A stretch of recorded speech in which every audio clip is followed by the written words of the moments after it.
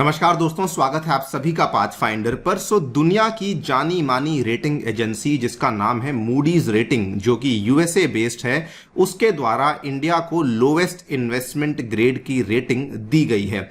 इस बार लेकिन भारत ने यह कहा है कि आपकी रेटिंग को हम लोग रिजेक्ट तो करते ही हैं, साथ ही में हम लोग ये भी कहना चाहेंगे कि जो मेथोडोलॉजी आप लोग इस्तेमाल कर रहे हैं वो कंप्लीटली गलत है। आप लोग यहां पे देख पाएंगे, ये वाली खबर इकोनॉमिक टाइम्स की कल ही सामने आई है। India expects Moody's to upgrade the sovereign rating as indicators propel growth view. साथ ही में यह भी कहा गया है, इसी पर्टिकुलर चीज के साथ साथ India has also questioned the methodology जो कि इन रेटिंग एजेंसीज के द्वारा इस्तेमाल करी जाती है। इंडिया ने बल्कि यह कहा है कि मेथोडोलॉजी आप लोगों की गलत है और साथ में आपके जो तरीके हैं वो नॉन ट्रांसपेरेंट हैं, आपके जो तरीके हैं वो बहुत ज्यादा सब्जेक्टिव हैं। इनफैक्ट यहां पर अगर आप देखें तो बहुत सारे ऐसे देश हैं जो कि यूरोप में जिनके आर्थिक हालात बहुत खराब चल रहे हैं, लेकिन उसके बावजूद इन्हीं एजेंसीज के द्वारा उनकी रेटिंग्स को काफी हाई रखा गया है। एंड इंडियन इकोनॉमी जो कि फिलहाल दुनिया की फास्टेस्ट ग्रोइंग इकोनॉमी बनी हुई है, उसकी रेटिंग को इन एजेंसीज के द्वारा कम रखा गया है। जानेंगे पूरी स्टोरी बेसिकली यहां पे क्या है एंड ऑल्सो इंडिया ने इस रेटिंग को आखिरकार रिजेक्ट क्यों किया है, इसको भी समझा जाएगा। आइए शुरू करते हैं दोस्तों मेरे साथ। मेरा नाम है अनिरुद्ध। यदि आप लोग मुझे फॉलो करना चाहते हैं, हमारे लेक्चर्स के अपडेट्स पाना चाहते हैं, तो यहां पर दिए गए टेलीग्राम चैनल के माध्यम से ऐसा कर सकते हैं। ऑल्सो बताना चाहूंगा दोस्तों कि अग्निपथ बैच जो है वो शुरू हो चुका है। अगर आपने इसमें एनरोल नहीं किया है, जल्दी से जाइए इस बैच में एनरोल कर लीजिए। और इसमें मैं ही आपके लिए लेने वाला हूं कंप्लीट फिजिकल ज्योग्राफी, जिसमें कि क्लाइमेटोलॉजी, ओशनोग्राफी एंड जियोमॉर्फोलॉजी, ये सभी चीजें आपके लिए एंड टू एंड कवर होने वाली हैं। साथ ही में इस बैच में अगर आपको एनरोल करना है तो इसका जो लिंक है वो दोस्तों डिस्क्रिप्शन में दिया गया है। ये इंडिया का सबसे अफोर्डेबल, सबसे कॉम्प्रिहेंसिव बैच है, जिसमें कि संपूर्ण यूपीएससी सिविल सेवा परीक्षा की तैयारी आपको हम लोग 7,999 रुपए मात्र में करवा रहे हैं। ध्यान रखिए, एनरोल करते time you have to use this coupon code ANI UPSC, तभी जाकर के आपको यहां पे मैक्सिमम डिस्काउंट्स अवेलेबल हो पाएंगे।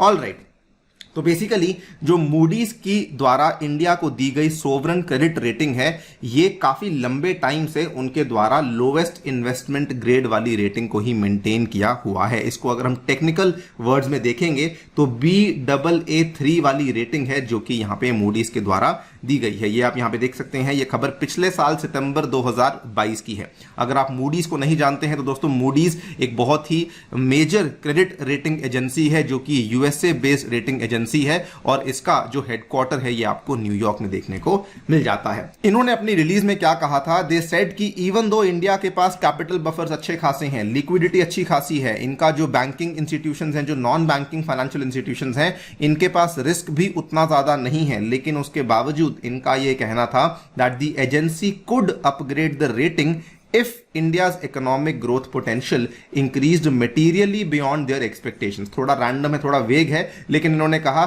कि हम चाहते हैं कि economic and financial sector reforms होने चाहिए, जिसके चलते एक सिग्निफिकेंट पिकअप होना चाहिए प्राइवेट सेक्टर इन्वेस्टमेंट में, तभी जाकर के हम लोग इंडिया की रेटिंग को इंप्रूव कर सकते हैं। और इसीलिए इन्होंने इंडिया की जो सोवरन क्रेडिट रेटिंग थी इसको Baa3 रखा हुआ था। और Baa3 का जो एक्चुअल मतलब होता है that is the lowest investment grade rating जो कि किसी भी देश को दी जाती है।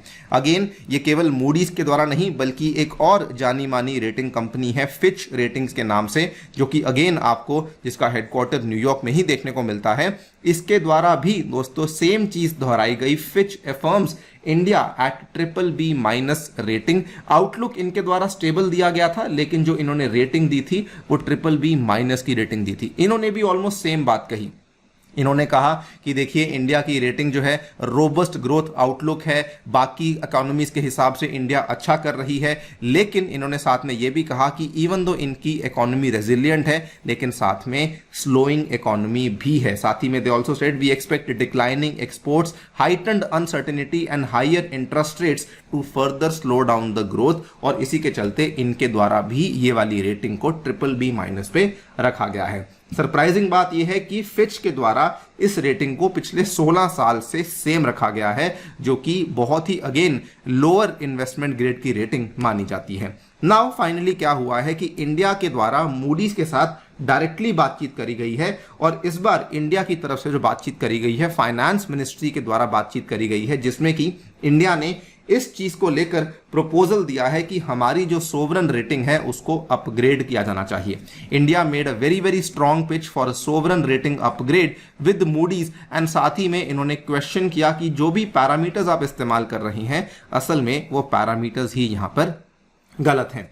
इंडिया ने रेटिंग को रिजेक्ट किस किस बेसिस पे किया? नंबर 1, इंडिया ने कहा कि देखिए अगर मेजर इकोनॉमीज की बात करते हैं तो India is the fastest growing major economy this fiscal and also in the next fiscal. यहां पर इंडिया ने बात करी है पिछले फिस्कल की 22-23 की और कहा है कि 23-24 में भी इंडिया जो है वो फास्टेस्ट ग्रोइंग इकोनॉमी होने वाली है। इवन आईएमएफ ने भी इस चीज का जो है इस चीज को सपोर्ट किया है और आप लोग देख भी सकते हैं कि जो लेटेस्ट डेटा सामने आया था 1 जून 2023 को बताया गया था कि India stays fastest growing major economy because जो Q4 जीडीपी नंबर्स आए थे उसने सभी को सरप्राइज किया था इंक्लूडिंग इंडिया इटसेल्फ। इंडिया को भी इतनी उम्मीद नहीं थी कि इस लेवल पे हमें जीडीपी नंबर्स देखने को मिलने वाले हैं। India's economy grew by 7.2% in FY 2023 और जो प्रेडिक्शन करी गई थी वो दोस्तों अप्रॉक्सीमेटली 6.8% की थी। उसके बाद फंडामेंटल्स की बात करते हैं। इन्फ्लेशन मैनेजेबल लेवल पे आ चुकी है, जबकि पूरी दुनिया भर में स्पेशली विकसित देशों में इन्फ्लेशन अभी भी काबू में नहीं आई है। वहीं इंडिया में इन्फ्लेशन मैनेजेबल लेवल्स पे आ चुकी है। इसीलिए हमारा जो सेंट्रल बैंक है उसके द्वारा अगेन जो रेपो रेट्स हैं उसमें अब बदलाव नहीं किए जा रहे हैं। इंडिया की होलसेल इन्फ्लेशन को लेकर बल्कि डेटा जो है वो आज से 2 दिन पहले सामने आया था कि वो 7 ईयर लो पे आ चुकी है ऑफ ऑलमोस्ट -3.48% बिकॉज सरकार के द्वारा बहुत सारे कदम लिए गए हैं। Mineral oils, basic metals, food products वगैरह वगैरह सबकी महंगाई को काबू में लाया गया है। फॉरेक्स रिजर्व्स की बात करें तो इंडिया के forex reserves are at a staggeringly high number of $600 billion. ये थोड़ा बहुत ऊपर नीचे नंबर्स चलते रहते हैं लेकिन अगर आप देखें हम लोग वेरी वेरी क्लोज हैं $600 बिलियन के नंबर को। कभी 599, कभी 595, 93 ये सब चलता रहता है लेकिन मोस्टली हमारे जो रिजर्व्स हैं वो $600 बिलियन के आंकड़े के आसपास रहते ही हैं, जो कि बताता है कि हमारा जो बेसिकली एक्सटर्नल अकाउंट है वो कितना ज्यादा स्टेबल है। इसके अलावा फिस्कल डेफिसिट ले लो, करंट अकाउंट डेफिसिट ले लो, ये सभी की सभी चीजें अगेन बहुत सारे मैनेजेबल लेवल्स पे आ चुकी हैं, कंसिडरेबली लो लेवल्स पे आ चुकी हैं, जो कि अगेन बताता है कि कोई भी आप फंडामेंटल पैरामीटर उठा के देख सकते हैं तो इंडिया के ये पैरामीटर्स अच्छे ही चल रही हैं। और इसी चीज को लेकर इंडिया ने कहा कि ये जो एजेंसीज हैं ये ट्रांसपेरेंट नहीं है और इनको ज्यादा ट्रांसपेरेंट होने की आवश्यकता है, लेस सब्जेक्टिव होने की आवश्यकता है और बल्कि इसीलिए इन्होंने साथ में यह भी कहा कि अपनी मेथोडोलॉजीज को भी चेंज करने की आवश्यकता बन जाती है। और ये सरप्राइजिंग इसलिए भी है, अगर आप देखें तो रिसेंटली जर्मन इकोनॉमी जो कि ऑफिशियली रिसेशन में जा चुकी है उसके द्वारा जो फिच की द्वारा दी गई रेटिंग थी, ये पिछले साल अक्टूबर में इन्होंने कहा था कि जर्मनी की रेटिंग AAA पे है, आउटलुक स्टेबल है। दोस्तों आपके सामने ये टेबल है, जो ये ट्रिपल है ना, this is called as the highest credit quality. जो AA है इसको वेरी हाई कहा जाता है, जो A है इसको हाई कहा जाता है और जो BBB है इसको गुड कहा जाता है।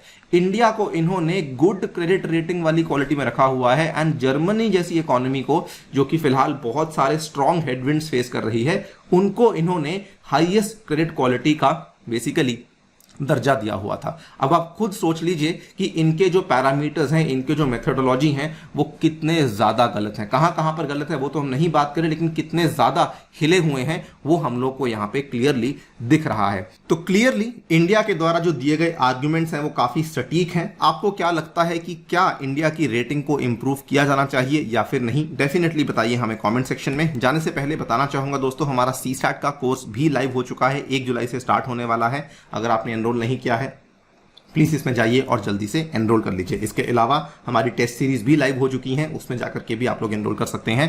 प्रीलिम्स और मेंस की सेपरेट टेस्ट सीरीज चलाई जा रही हैं। अगेन ध्यान रखिए एनरोल करते time you have to use the coupon code ANI UPSC। Thank you so much for listening, stay tuned and stay safe.